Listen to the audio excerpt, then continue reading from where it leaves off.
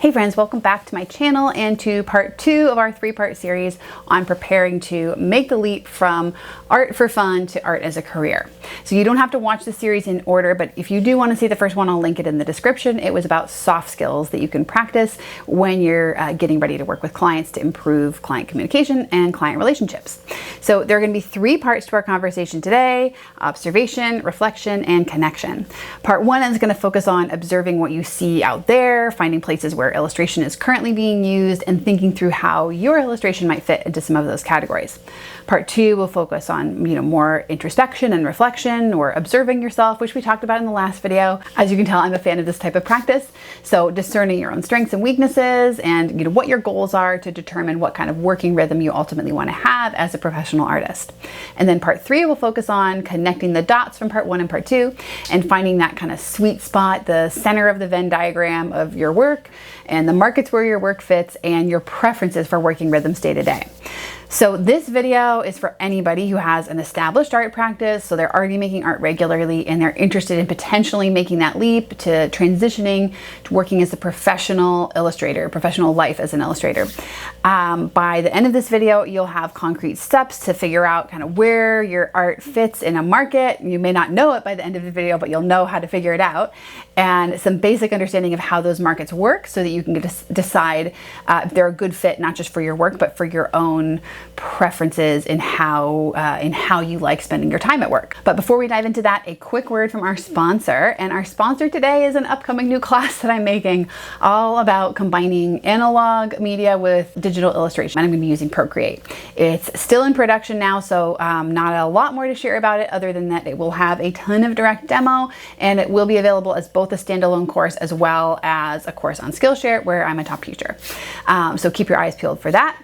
All right, diving into the video. For part 1, we're going to focus on finding the illustration around you. So start by asking yourself, where do you see art that's like yours? This is, pretty basic question that's been thrown out there, in terms of trying to connect with the market. So you may have already heard that one before, but art and illustration really are all around us all the time. And you can find them everywhere, from magazines to books, newspapers, animation, advertising, homewares, fashion, fabrics, packaging, gift cards, toys, games, posters, so many different categories. If it has an image on it, somebody drew that image. Now, if you're just kind of curious and you want to explore this more, if you're at the beginning phases here, you might take just an organic approach, and as you're going about your daily life, just kind of keep on the lookout for places that you see art that looks like yours. Now, when you do find art that looks like yours, whether it's, an exact match or something kind of similar, pick that thing up. Look on the underside, look on the back of the box, look for the name of the manufacturer, the artist, the designer. Try to actually get some more concrete information. And if you want to take it to the next level, you might decide to be a little bit more intentional with it. So rather than just happening upon these things when you're doing your regular shopping or when you're out and about, you can set aside a day to go on a field trip, to go to some bookstores, a grocery store, Target, Home Goods, really any store, any store where they sell stuff, and whatever approach you take literal notes. Don't just notice this stuff. Don't just, think about it. Oh, wow, that's interesting to look up later. Write it down now. Make yourself a list. Then once you have that concrete info in hand, you can start sleuthing online. So you might have, from this research, you might have like a list of names of artists or illustrators that you found. You might have a list of some manufacturers you found, maybe some photos you took with your phone, or marketplaces, like places where actually people are going and buying this stuff. So those are 3 different categories of things that you can Google and you can look up and try to find more information. And doing this is really helpful for a couple of reasons. First, it can find the contact information. It can find more info on those specific projects. It can get you in touch with agents and art directors that you can pitch to, because you can often find their emails.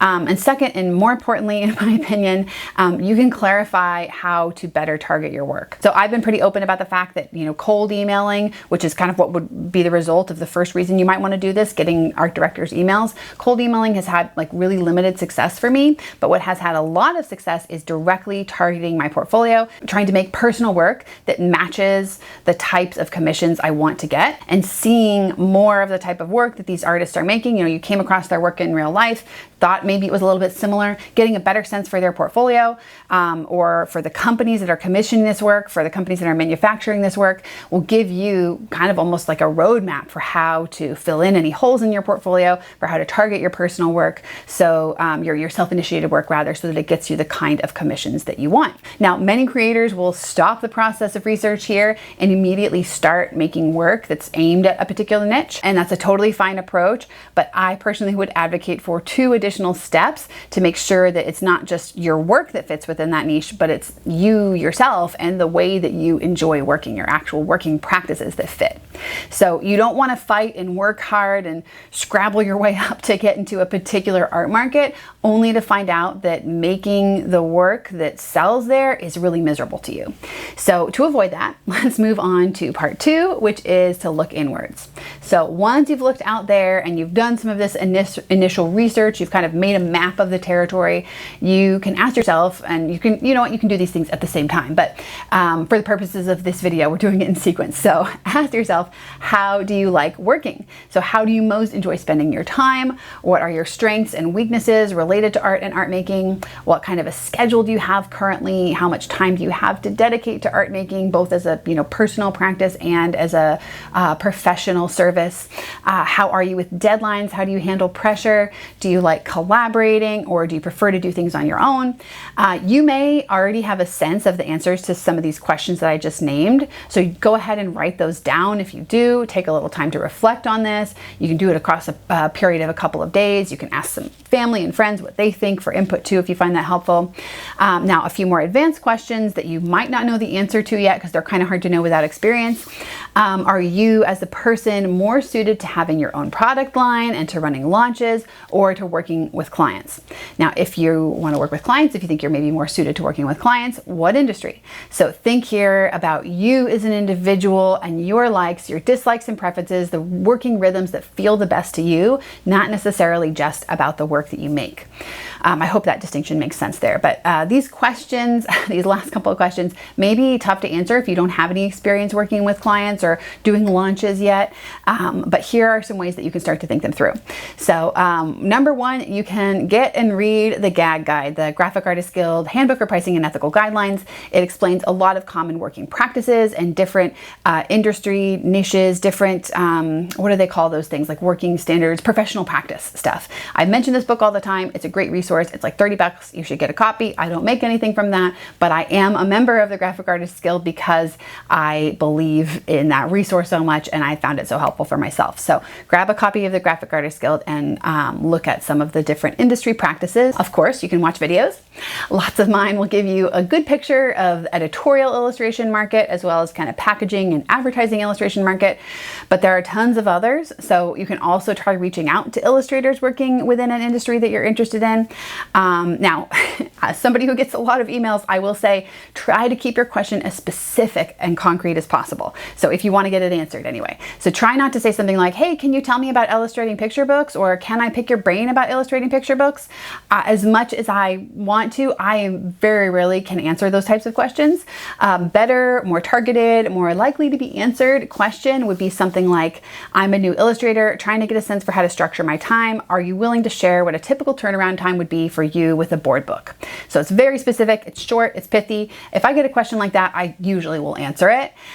Another concrete question would be to say something like, would you be willing to share how many edits you typically have to go through on a book cover? Try not to pelt the same person with every single question that you have, but think about these specific questions that are related to a specific industry, and try reaching out to other illustrators. Many of them, myself included, are more than willing to answer, again, with specific questions. So we will talk more about ways to figure out your answers to some of these trickier questions in part 3. But for now, take some notes on your first instincts to the above questions, especially, to the first set of questions, and then we'll move on to part 3, which is connecting the dots. So now that we have those notes and you know both where you can find art that's already like yours in the out there, that was what we talked about in part 1, and you have a sense of what your personal abilities and limitations are as a creator, the types of working rhythms you like, part 2, let's chat about some of the specific ways to connect those parts and make a living as an artist by talking about 2 broad pathways for making money with art and creativity, and that is work made without any client input and work made with client input. input. I decided on this division rather than B2B, business to business, or business to customer, which is a really common division, since I think it's a really helpful way of trying to get a quick read for where your work, and your life circumstances might fit well within an existing market, since B2B and B2C stuff often has a lot of overlap. So there are, of course, tons of ways to make a living as an artist, and many will fall into these two categories, the with input or without. So in the first category, which is work made by you with your own input only, no client input, I've divided it into 3 buckets. The first bucket is selling original works of art to private buyers. So this is where you would sell a finished product to individuals. So you have original paintings, you have them on your Etsy, individuals go there and buy them. Second would be selling products to private buyers. This is where you would design and sell a finished product with your art on it. So maybe not the painting, but a mug or a phone case or whatever. And then third is selling products wholesale. So this is where you as the artist do the work, the artwork, and then you design and sell the finished product with your art on it to commercial buyers or maybe other businesses who will then go and sell those products to private buyers themselves. So both 2 and 3, the product categories, are potentially massive. Stickers, comics, prints, fabric, really anything that an individual could design and put their art on fits in these categories. Tons of Etsy shops and print-on-demand shops fit in this category. So those, I would say, are the kind of 3 big buckets for work made without any client input. And of course, there'll be exceptions, but we're going for the broad strokes here. Now I want to unpack some pluses and minuses of these markets to help you determine whether they would be a good fit for how you like to work. So to me, a plus here is that there's a lot of autonomy. So you make the work that you want to make in the way that you want to make it. You handle all the design. You can be as picky as you want. This is really good, I think, if you have a tough time working with others, if it's maybe not as natural for you, or if you have a tough time taking feedback.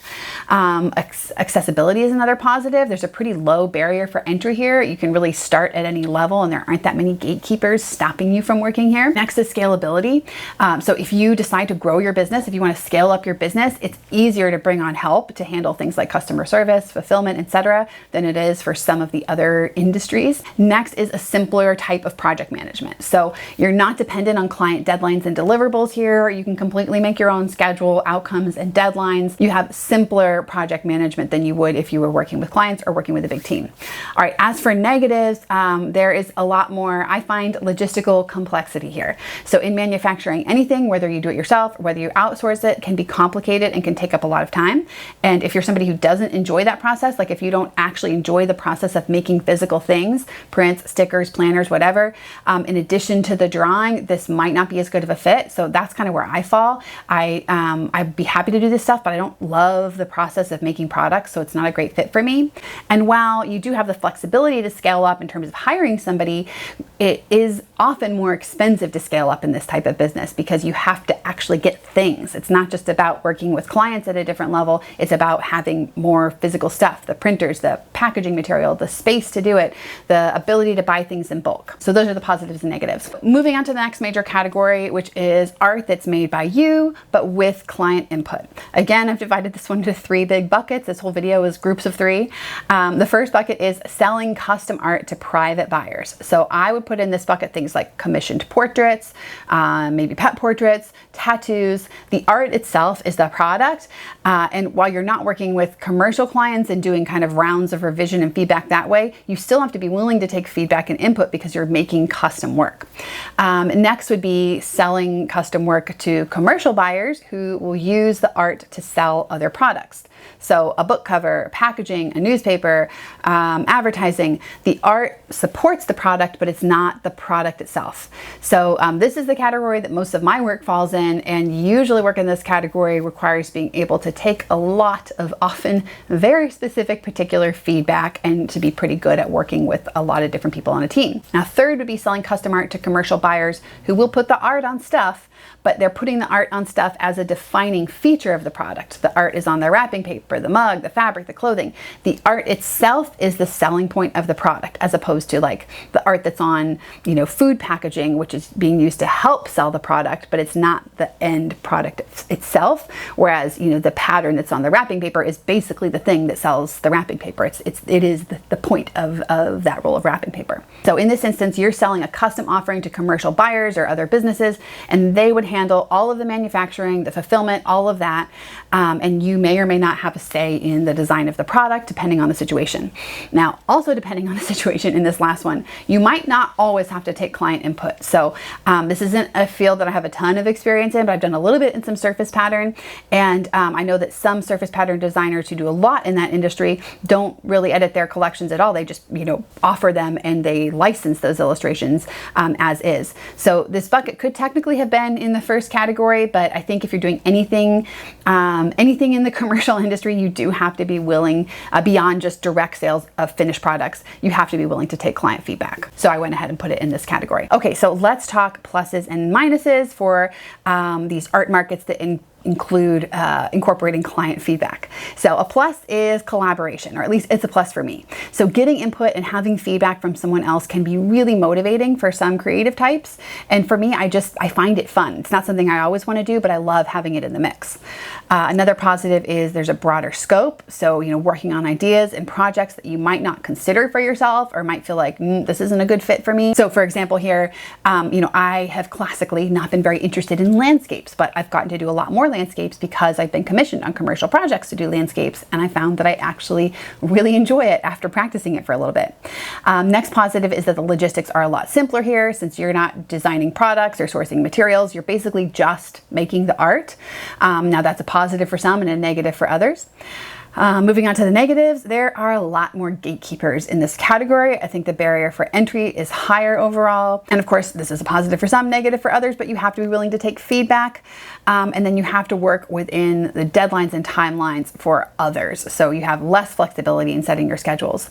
And then I do find that the project management, while the logistics are simpler, the actual project management, the making of the art, is more complex because you're having to incorporate that feedback. You're having to go through revisions. There are more cooks in the kitchen. So of course, there are also plenty of other ways to make money as an artist, and a few really common ones that I thought of that fall outside of these two big buckets, the with feedback, or the without feedback and with feedback, are teaching classes and coaching, offering some sort of locked or private content like Patreon, and then sponsorships. I think I was mixing up Patreon and sponsorships. We are not going to go into depth on those, partially because this video is plenty long already, but then also because those aren't areas that I have a ton of experience. I've dabbled in them, but if we want to talk more about those and how to know whether you're a fit in those areas, I think maybe I would need to reach out to a friend to see if I could interview them, or a couple of friends, because I don't have as much experience in those industries. So putting it all together. For now, take what you learned in your notes from steps 1 and 2, and with those in hand, kind of think through some of these positives and negatives that we just listed off, that are, again, very broad because these are huge sweeping categories that we just lump together. But look through those positives and negatives for different types of working arrangements that we went over in section 3, and then see where things connect for you. If you sign up for my newsletter, which I will be sending out very shortly within the next day or so after this video is published, I will be including all of the reflection questions that we've talked about and all of the positives and negatives for the different art markets that we listed, so you can just fill in the blanks. So if you are not subscribed to my newsletter, go ahead and find the link in the description, and then you'll get that stuff just emailed to you. Ultimately, the only way to really know if you yourself enjoy working in a niche is to try it. So just keep in mind that even with all this intentional reflection, you may still have to try a few niches before you find one that really fits both with your work and with your own working rhythm. But I feel like for me, having a little bit of intentional reflection and being aware on the front end before you get really into something has saved a lot of headaches. So that's it for this video. I hope you like it. Please give it a thumbs up if you do. Share it with a friend if you think it could be helpful. Also, let me know in the comments which industry or market you're aiming at right now. I'd love to hear what you're working on and what you're doing to try to get into it. Yes, that's it. Thank you for watching. One more part in this series coming next week for our, getting launched into client working relationships. And yeah, then we'll be wrapped up. All right. Yes. Hope you have a great week, and I will see you in the next video. Bye.